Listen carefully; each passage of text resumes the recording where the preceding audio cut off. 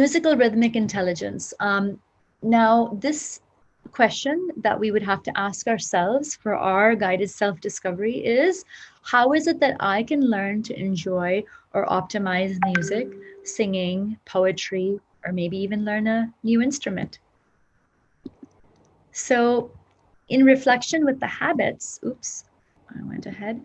In reflection with the habits, I would ask ourselves, what type of music, what type of lyrics, what type of melody, what type of sounds, they could even be natural sounds, from nature. What type of sounds rejuvenate my spirit?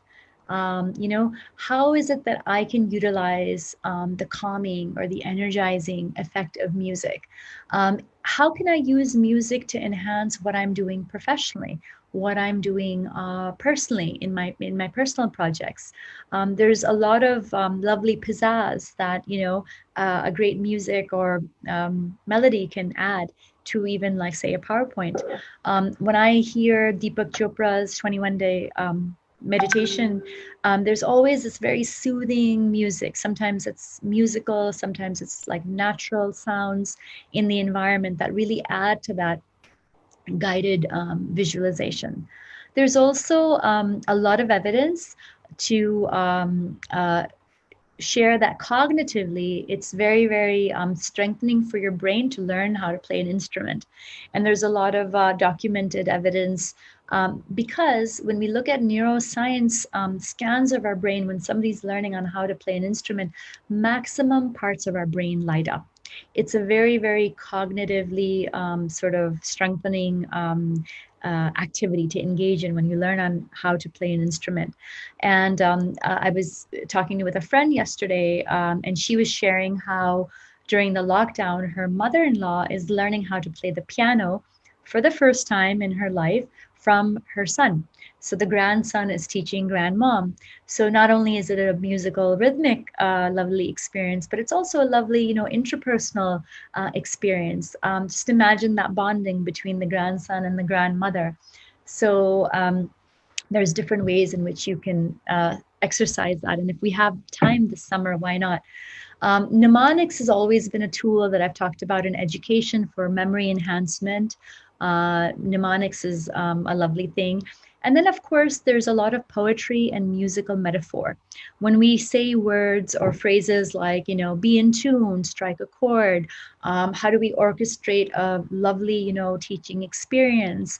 How do we have harmony in our relationships? It's all about, with that music metaphor. Sunil, can you please take care of those marks, please? Yes, ma'am. Okay, so here are some apps that were curated to maybe help you along. There's a lot of digital piano, digital keyboarding instrument apps. We can also find apps for singing and recording. So one of our teachers, she loves to sing, and I saw her, uploading songs that she sang on Smule.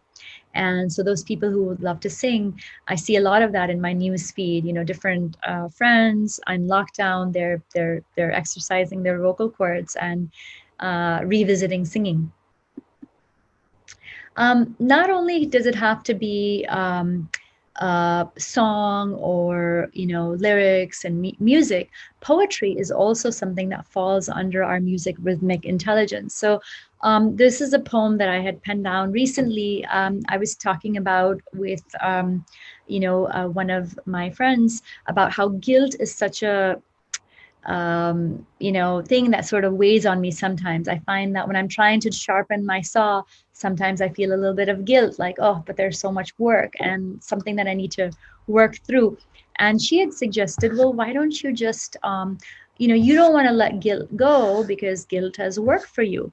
It's given you, some, that's why it's not leaving you. So why don't you just write a poem and say, thank you to your guilty friend and let it go, that yes, you served me once, but now you don't need it. And it was all about how I was going to take time to schedule more me time and how I acknowledge what guilt had how it had served me and how I perhaps don't need it anymore. If anyone wants to visit, my website for any other videos that I have, articles that I have. I have the entire gamut of multiple intelligence videos and the entire A to Z brain compatible learning videos on my website.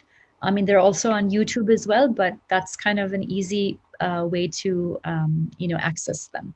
So if anybody wants to find out a little bit more about brain compatible learning and multiple intelligence, they're welcome to visit the site.